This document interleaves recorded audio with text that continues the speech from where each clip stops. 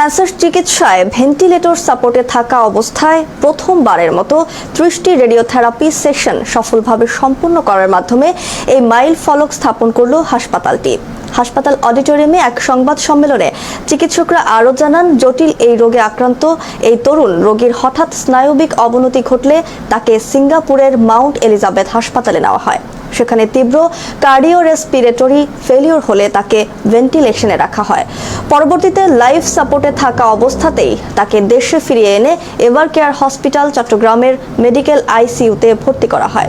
হাসপাতালের রেডিওথেরাপি বিভাগের visiting consultant doctor ভাস্কর চক্রবর্তীর নেতৃত্বে এবং আইসিইউ ও অনকোলজি টিমের নিবিড় পর্যবেক্ষণে এই অত্যন্ত ঝুঁকিপূর্ণ চিকিৎসা প্রক্রিয়া শুরু হয়।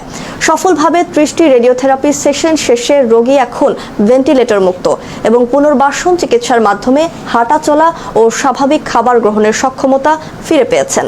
আয়োজিত এক সংবাদ সম্মেলনে হাসপাতালের উচ্চপদস্থ কর্মকর্তা ও চিকিৎসকরা এই চিকিৎসাকে বাংলাদেশের ক্যান্সার চিকিৎসার ইতিহাসে এক অনন্য অর্জন বলে অবহিত করেন। ভালো ছিল, যেটা ডাক্তার সাহেব বলছে, ভাস্কর দাও বলছে। আমি কথা লম্বা করবো না, শুধু এতটুকু বলতে চাই, বিদেশে যাওয়ার দরকার